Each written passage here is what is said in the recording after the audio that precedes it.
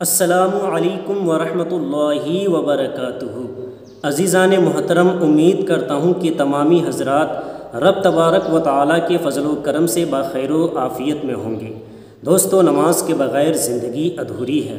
नमाज की बरकत से रब तबारक व तआला गुनाहों को मुआफ़ फरमाता है, गुनाहों को मिटाता है। नमाज की बरकत से रब तबारक व तआला रोज़ी में, कारोबार में, दुकान में, मकान में खैर व बरकतें अता फ़रमाता है। तो बहुत ही खूबसूरत बयान हदीस व कुरान की रोशनी में डॉक्टर शहरियार रज़ा साहब बता रहे हैं। आप तमामी हजरात से गुजारिश है कि वीडियो को मुकम्मल देखिएगा। जी, रोजी की तलाश जरूरी है नमाज के साथ, बच्चे को पालना है नमाज के साथ, शौहर की खिदमत जरूरी है नमाज के साथ, माँ बाप का एहतराम जरूरी है नमाज के साथ, रोजी की तलाश जरूरी है नमाज के साथ, बच्चों की शादी ब्याह जरूरी है नमाज के साथ। जो चार बेटी को पाले वो जन्नती होगा नमाज के साथ। ऐसा नहीं कि फर्ज छोड़ करके नफल को लेकर के बंदा जन्नत चला जाएगा। बैच पहना है, हम बैच तो पहना भाई, गौर से सुनिए जो मैं कह रहा हूँ। सिर्फ रस्म रिवाज की पाबंदी मत कीजिए। मैंने कहा है कि जलसे कराने मगर नीयत अगर अच्छी नहीं, जलसा के बाद लड़ाई होती है, जलसा के बाद झगड़ा होता है, जलसे के बाद मस्जिद से इमाम को निकाला जाता है, जलसे के बाद मोहसिन को हटाया जाता है, जलसे के बाद सरदार से जंग होती है, जलसे के बाद जो पैसा बचा उसके बाद बंदर बांट लोग करते हैं, जलसे के बाद कुछ तकलीफ हुई तो अब जलसा ना करने की कसम लोग खा लेते हैं। नीयत अगर अच्छी होती है तब मदरसे का फायदा होता है, नीयत अच्छी होती है तब जलसे का फायदा होता है। तो अल्लाह ताला उसी नीयत को देखता है, नहीं देखता कि हम खूबसूरत हैं, जमींदार हैं, मेरे पास ढेर माल है तो सारे लोग मुझको सजदा करेंगे, ऐसा नहीं होता है। हदीस में आया है इन्नल्लाह ला यंज़ुरु इला सुवरिकुम, अल्लाह ताला तुम्हारी सूरत को नहीं देखता। Allah does not see your face, आप कितने खूबसूरत हैं अल्लाह नहीं देखता है, कितना माल आपके पास है ये अल्लाह नहीं देखता है। अल्लाह सीज योर हार्ट, अल्लाह आपके दिलों को देखता है। इन्नल्लाह ला यंज़ुरु इला सुवरिकुम व अमवालिकुम वलाकिन यंज़ुरु इला कुलूबिकुम व अअमालिकुम, अल्लाह आपके दिलों को देखता है, अल्लाह आपके अमाल को देखता है, अल्लाह आपके अहवाल देखता है, अल्लाह आपकी नीयतों और इरादों को देखता है। ये नीयत इतनी बड़ी चीज है कि नीयतुल मोमिन खैरुम मिन अमली, मुस्तफा की हदीस है कि मोमिन की नीयत उसके अमल से बेहतर है। नीयत का संबंध अंदर से है, कपड़ा पहनने का संबंध बाहर से है। अंदर मन काला है, व्हाइट एंड व्हाइट पहन लिया, अंदर में है कीना और हसद और जलन, ब्रांडेड कंपनी का जूता और ब्रांडेड कंपनी का चश्मा पहन लिया। तो ब्रांडेड कंपनी का चश्मा पहना तो वो चश्मे का कमाल है, तुम्हारा कमाल नहीं। अगर तुमने रेड एंड चीफ कंपनी का जूता पहना वो कंपनी का कमाल है, आपका कमाल नहीं है। अगर आपने रेमंड का कपड़ा पहना है तो रेमंड और सियाराम और डिग्जाम का कमाल है, वो आपका कमाल नहीं है। आपका कमाल किसमें है कि आपकी नीयत जितनी सुथरी होगी, आपका दिल जितना उजला होगा, आपका काम जितना अच्छा होगा, उतना ही आप ब्रांडेड आदमी बन जाएंगे। आपकी ज़ियारत के लिए आसमान से फरिश्ता नाज़िल। ये है ब्रांडेड आदमी, वो जिसका ईमान मजबूत हो, जिसका अमल मजबूत हो। आज सारे लोग सिर्फ दुनिया सजाने की फिक्र कर रहे हैं, चेहरे में फेयर एंड लवली लगाना, चेहरे को 5 बार 10 बार धोना, उसमें साहब जाड़े के जमाने में बोरो प्लस लगाना। साहब हम लोग बोरोलिन तक नहीं जानते, बोरो प्लस तक नहीं लगाते। जाड़े के जमाने में भी सब जाड़ा हो गया, चमड़ा सूखा हो गया, जरा बोरो प्लस लगाइए, बोरोलिन लगाइए। गर्मी का मौसम है, साफ सूखा पाउडर लगाइए, फेयर एंड लवली लगाइए।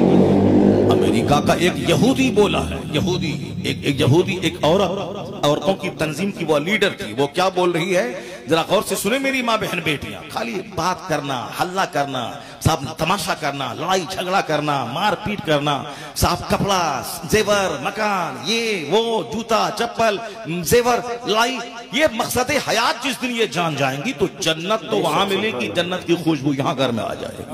क्योंकि ये मकसद हयात ही नहीं जानती कि मैं पैदा क्यों हुई हूँ, और ये मर्द भी नहीं जानती मैं पैदा क्यों हुआ हूँ। इसीलिए वो गाड़ी खरीदा हमको भी चाहिए, वो मकान बनाया हमको भी चाहिए, वो ऐसी पुट्टी लगाया हमको लगाना, वो ऐसा डेकोरेशन किया हमको वैसे करना। यानी डेकोरेशन का मुकाबला, मार्बल का मुकाबला, टाइल्स का मुकाबला, गाड़ी का मुकाबला, बाइक का मुकाबला। वो खरीदा है साहब फलां हम KTM खरीदेंगे, वो खरीदा हम बुलेट खरीदेंगे। साहब अजहरुद्दीन अपने बेटे को 16 लाख की बाइक दे दी, मगर ऐसा नहीं समझा कि बाप ने अपने बेटे को मौत का तोहफा दे दिया। ईद के दिन दोस्तों की स्पीड में गाड़ी चल रही थी, लाश के हजारों टुकड़े हो गए। तो इसका बाप ने अपने बेटे को मौत का तोहफा दिया था। तो तुम 16 लाख की बाइक दे सकता है मगर जिंदगी का 1 मिनट नहीं दे सकता है। तो अक्लमंद है वह बाप जो बाइक ना दे करके अपने बच्चों को अखलाक दे दे, अपने बच्चों को अदब दे दे, अपने बच्चों को डिसिप्लिन सिखा दे, अपने बच्चों को मकसद हयात बता दे। अगर रोजी रोटी की ज्यादा फिक्र है तो तू पागल है। जिंदगी की बच्चे को जिंदगी दे, वरना तू अरबों का घर छोड़ेगा, बच्चा कल मर जाएगा। तो बच्चा भी गया और तू भी गया, दौलत कोई डोम और चमार इस्तेमाल करेगा। तो अगर अकलमंद है बाप तो अपने बच्चों को मकान देने से पहले उसको जिंदगी दे दे, उसको उम्र दे दे कि 90 साल मेरा बच्चा जिएगा। 5 करोड़ खर्च करके फरिश्तों से उसकी उम्र को 90 साल करवा दे, वरना आइन जवानी के दिन वो मर जाएगा। शादी के बाद बारात लौटती है, दुल्हा दुल्हन दोनों स्पॉट डेथ कर जाते हैं। तो फिर ये खरबों का मकान झूठ बोल के बनाने से क्या फायदा है, नमाजें छोड़ के बनाने से क्या फायदा है। और उस बच्चे की खातिर नमाज रोजा सब छोड़ के पागल की तरह जानवर की तरह खट के मकान बनाने के क्या फायदा है जब जिंदगी ही नहीं दे पाया। बुजुर्गों ने कहा है अगर बच्चे को देना ही है तो उनको उम्र दे दे, और ये तुम्हारे बस में है नहीं कि तू 10 साल को बढ़ा के 20 साल कर देगा। तो जब तेरे बस में बच्चों की जिंदगी नहीं है तो तू क्यों नहीं समझता उस बच्चे की रोजी भी तेरे जिम्मे नहीं है। जो जिंदगी देने वाला है वही रोजी देने वाला है। तो तू रोजी की फिक्र मत कर, अमाल की फिक्र कर, अहवाल की फिक्र कर, अपनी फिक्र कर। बच्चों को पाल नमाज के साथ, बच्चों की परवरिश कर हराम और हलाल की तमीज के साथ। अगर ऐसा हो गया तो तू भी मस्त रहेगा, तेरी औलाद भी मस्त रहेगी। सुभान अल्लाह, जिंदाबाद। तेरा चेहरा कभी मैला नहीं होगा बच्चों की खातिर, और बच्चे कभी बाप पर आधारित नहीं रहेंगे कि बाप माल छोड़ेगा तब हम कोढ़ी बनकर बैठ के दूध और चावल खाएंगे, हराम का मुफ्त का माल खाएंगे। क्योंकि यहां तो अपना कमाता है आदमी तो उस माल का दर्द होता है, लेकिन जो बाप से माल फ्री में मिल जाता है और उस माल की कदर नहीं होती है। इसीलिए जो बाप का नहीं कुछ कमाया था तो बेटा मेहनत करके IAS ऑफिसर बन के खरबों की दौलत जमा कर लेता है, और जब उनके बेटे को मुफ्त की दौलत मिल जाती है उनका बेटा शराब पी पी के सारी दौलत बर्बाद कर देता है। यही जब से दुनिया बनी है तब से यही चल रहा है, यही सिलसिला है। अपने बाल बच्चों को मुफ्त की दौलत छोड़ के मरने की तमन्ना मत कीजिए, वरना अजमेर का वो मुजाविर जो मुफ्त का पैसा कमाता है, दूसरे आने वाले जायरीन के जेब पे नजर रखता है, उनके बेटे कितने 100 की तादाद में जेल में बंद है। वहां क्या तमाशा हो रहा है सब कुछ सबों को मालूम है। वह पीर जिसके बेटे कुछ नहीं पढ़ते लिखते, सिर्फ बाप के मुफ्त के पैसों पे आधारित रहते हैं, वह बेटे कितने बड़े जाहिल रहते हैं सबको मालूम है। बड़ी बड़ी गद्दी नशीनों के बड़े बड़े गद्दी नशीनों के बेटे का हाल क्यों है, क्योंकि वहां मुफ्त का पैसा फ्री का पैसा है। अब बाप के पास करोड़ों का माल है, अब वो बच्चा क्या पढ़ेगा। चमार का बेटा DM बन गया, मुसहर का बेटा IAS ऑफिसर बन गया। मुसलमानों में भी गरीबों का बच्चा मेहनत करके पढ़ के लाइट बिजली वाले खंबे के पास बैठ के पढ़ के साथ MD बन गया, मैनेजिंग डायरेक्टर बन गया। और जिसके पास करोड़ों का पैसा था उनका बेटा सड़क छाप रह गया, ना उनको लिखना आता है, ना उसको पढ़ना आता है, ना किसी चपरासी बनने के काबिल नहीं रहा। तो माल की फरावानी बहुत अच्छी चीज नहीं है जिसके लिए हम लोग पागल होते हैं, जिसके लिए हम लोग लालायित होते हैं, जिसके लिए हम लोग बेचैन होते हैं। माल की तमन्ना बेचैन न कर दे, अखलाक की तमन्ना, आदत व अतवार सुधारने की तमन्ना, आखिरत की फिक्र, जन्नत जाने की फिक्र दिमाग में बैठा लीजिए और अपने बच्चों के दिमाग में बैठा दीजिए। न आपको बच्चों से शिकवा होगा, न बच्चे को आपसे शिकवा होगा। वो भी आखिरत का मुसाफिर होगा, आप भी आखिरत के राही हो जाएंगे। और यही पैगाम जलसो जुलूस से बंदों को मिलता है। मेरी माँ बहन बेटियां वो गौर से सुने, वो भी जाने कि मैं अल्लाह रब्बुल इज्जत की इबादत के लिए पैदा हुई हूँ। सिर्फ खाना पीना, जाफरान और हल्दी और मलना और जेवर पहनने के लिए आप पैदा नहीं हुए हैं, बल्कि आपका भी मकसद है अल्लाह रब्बुल इज्जत की इबादत करना। और आप भी मरने के बाद जाए क़यामत के कोई किसी के काम नहीं आएगा। शौहर से भीख मांगेंगे कि हम तो सारी जिंदगी आपका पांव दबाते रहे, एक नेकी दे दीजिए, नहीं देगा शौहर। यौम यफिरुल मर्उ मिन अखी व उम्मिही व अबी व साहिबतिही व बनी, यानी अल्लाह फरमाता डरो उस दिन से जिस दिन भाई भाई से भागेगा, औलाद वालिदैन से भागेगी, माँ बाप औलाद से भागेंगे। कोई किसी का पुरसाने हाल नहीं होगा, कोई किसी का पुरसाने हाल नहीं होगा। जिसकी खातिर जीते रहे सारी जिंदगी वह एक नेकी नहीं देगा वो। इसलिए यहाँ दुनिया शौहर अपना कमाए खाए, मगर आपको कयामत के दिन एक नेकी शौहर नहीं देगा। जिस बेटे की खातिर आप इतनी सख्त मुसीबत बर्दाश्त करती रही, 9 महीना पेट में बच्चे को रखा, 2 साल तक खूने जिगर पिलाया, 10 साल नर्स की तरह उसके कपड़े आपने धोया, इसका क्या बेनिफिट मिलेगा आपको? बेनिफिट उस वक्त मिलेगा जब आप इन सारे कामों को इबादत और सवाब समझ के करेंगे, तो फिर बच्चा भी पलेगा और आपको अज्र भी मिलेगा। और ये सारा काम नमाजों के साथ करेंगे तब उसका अज्र मिलेगा। नमाज छोड़ के नहीं, बच्चा को पालना तो जरूरी है, बच्चा को पालना जरूरी है, नमाज छोड़ के कोई नेकी काम नहीं आएगा। रोजी की तलाश जरूरी है नमाज के साथ, बच्चे को पालना है नमाज के साथ, शौहर की खिदमत जरूरी है नमाज के साथ, माँ बाप का एहतराम जरूरी है नमाज के साथ, रोजी की तलाश जरूरी है नमाज के साथ, बच्चों की शादी ब्याह जरूरी है नमाज के साथ। जो 4 बेटी को पाले वो जन्नती होगा नमाज के साथ। ऐसा नहीं कि फर्ज छोड़ करके नफल को लेकर के बंदा जन्नत चला जाएगा। इसीलिए ना कहा गया है कि एक आलिम अगर रास्ते से गुजरते हैं तो तरफ के पत्ते दुआ करते हैं, समंदर की मछलियां दुआ करती है, क्योंकि इस्लाम की सच्चाई को समझना उसी का काम है जो 20 साल दिमाग जला के पढ़ा है, जो 24 घंटे मुताले में लगा रहता है, जो हर दिन एक नए नए नुक्ते पे पहुंचता है, जो हजारों किताब पढ़ने के बावजूद भी समझता है मैं कुछ नहीं पढ़ा हूं, जो हजारों किताब पढ़ा उसके बावजूद समझता है कि मैं कुछ नहीं पढ़ा हूं, और जो एक किताब भी नहीं पढ़ा है और यह समझता है कि मैं सब कुछ जानता हूं। इसमें कितना जमीन आसमान का फर्क है ये। इसीलिए अपना दिमाग घुसेड़ना, अपनी बात लगाना यह कमाल नहीं है। आलिमों का मकाम इसीलिए है कि आलिम हर स्याह सफेद को जानता है, आलिम सटलिटी और डेप्थ और बारीकी को जानता है। आलिम वो जो हमेशा किताब से जुड़ा हुआ रहे, किताब से जुड़ा रहे। आया है कि जो मौलाना 3 दिन किताबों का मुताला छोड़ दे उनका दिल भी मरने लगता है, वो भी आम लोगों की तरह उनका दिल सख्त हो जाता है। यह किताब का मुताला इनकी खुराक है, किताब का मुताला इनके दिल को जिंदा रखने के लिए जरूरी है।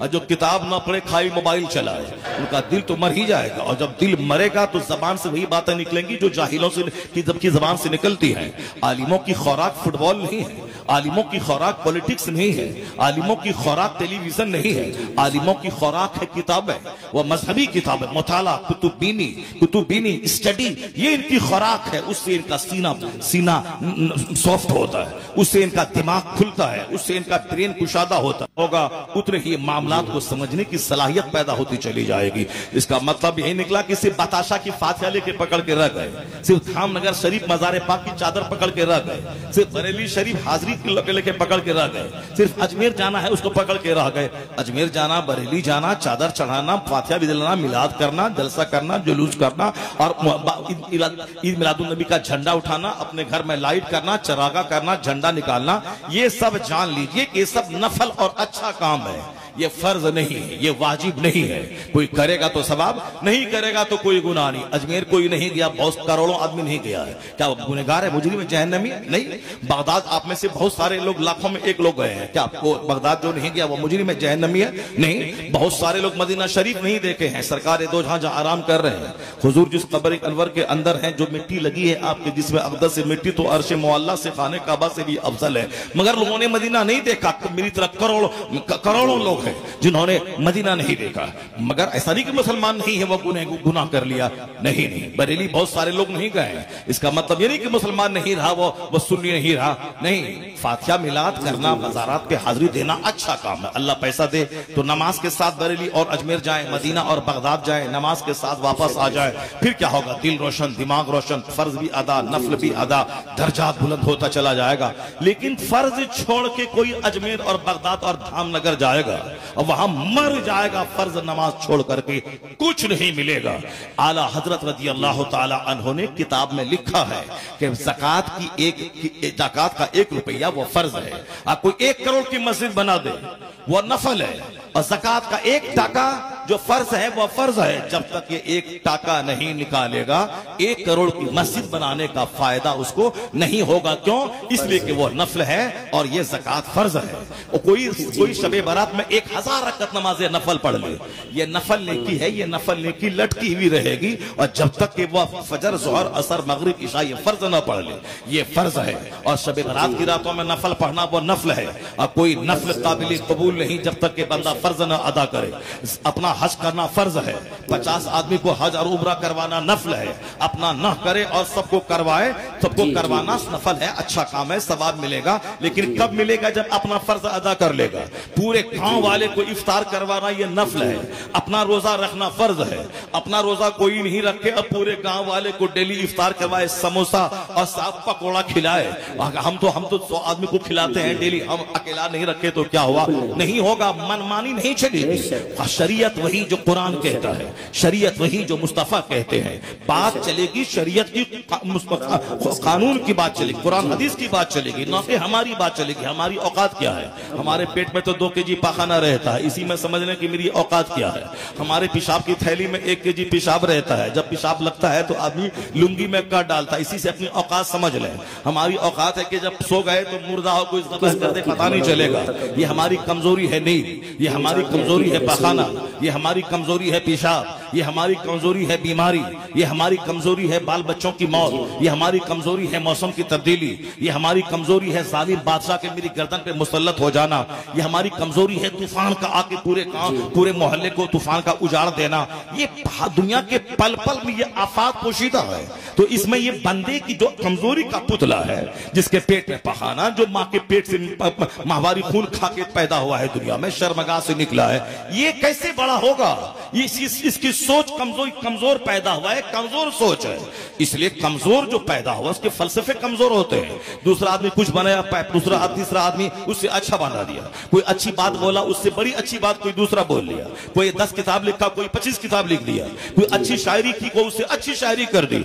ये दुनिया में आदमी का मुकाबला तो होगा, मगर रब्बे आला का, क्योंकि कोई दूसरा रब ही नहीं है जो उस रब का मुकाबला कर सके, उस रब के कलाम का मुकाबला कर सके। तो बंदा कमजोर है, इसकी सोच कमजोर है, और अल्लाह ताकतवर है, वो अजीज है, वो गालिब है, उसका मद्दे मुकाबिल कोई नहीं है। इसलिए अल्लाह की बात परफेक्ट है, अल्लाह की बात डाउटलेस है, अल्लाह की बात तमाम कैपेसिटीज एबिलिटीज की हामिल है, अल्लाह की बात तमाम चेंजेबल पोजीशन से पाक है, अल्लाह की बात बदलती नहीं है।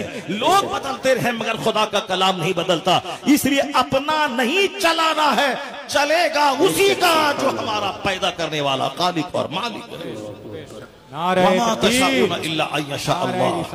हमारे चाहने से क्या होता है? होता वही है जो मंजूर खुदा होता है। मौला अली कहते हैं, मैं चाहता कुछ हूं और हो कुछ जाता है।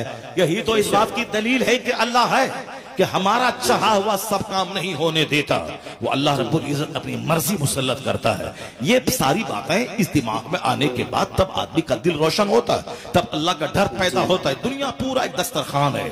अब इसी पॉइंट को मैं और क्लियर कर दूं, फातिहा मिलाद दरगाहों की हाजिरी जिसको हम लोग लिए रहते हैं और जिसकी खातिर हम लोग मरते हैं और आपस में दंगे करते हैं, पीर के नाम पे दंगा, मजार के नाम पे दंगा।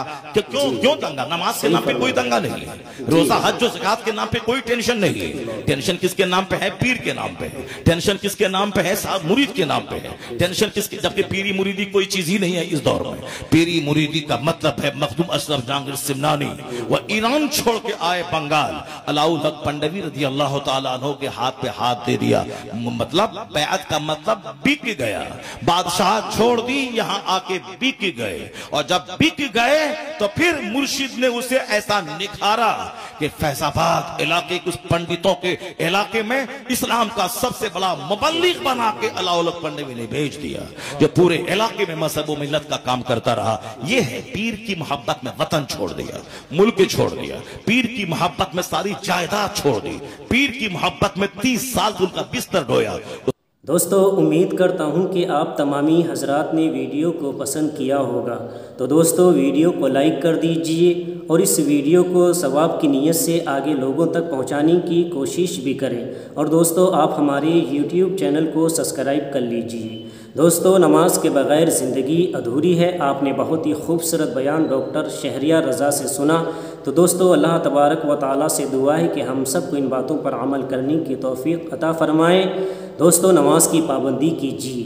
हदीस पाक में अल्लाह के नबी सल्लल्लाहु ताला अलैहि वसल्लम इरशाद फरमाते हैं कि नमाज मेरी आँखों की ठंडक है। तो दोस्तों, अगर हम सब को नबी पाक सल्लल्लाहु ताला अलैहि वसल्लम से सच्ची मोहब्बत है तो नमाज कायम कीजिए। यकीनन अल्लाह तबारक व ताला नमाज की बरकत से हर किस्म की बीमारियों को दूर कर देता है, हर किस्म की परेशानियों को दूर कर देता है। नमाज की बरकत से रब तबारक व ताला ज़िंदगी को आसान बना देता है। आप नमाज की पाबंदी कीजिए, फिर देखिए इंशाअल्लाह अल्लाह तबारक व ताला आपकी ज़िंदगी को कितना सुकून बनाता है। दुआ है रब तबारक व ताला की बारगाह में कि हम सबको नमाज पंजगाना पाबंदी से अदा करने की तौफीक और रफ़ीक अता फ़रमाए। आमीन या रब्बुल आलमीन। दोस्तों, वीडियो अगर पसंद आए तो आगे सवाब की नीयत से लोगों तक ज़रूर पहुँचाए। अस्सलामु अलैकुम व रहमतुल्लाहि व बरकातुहू।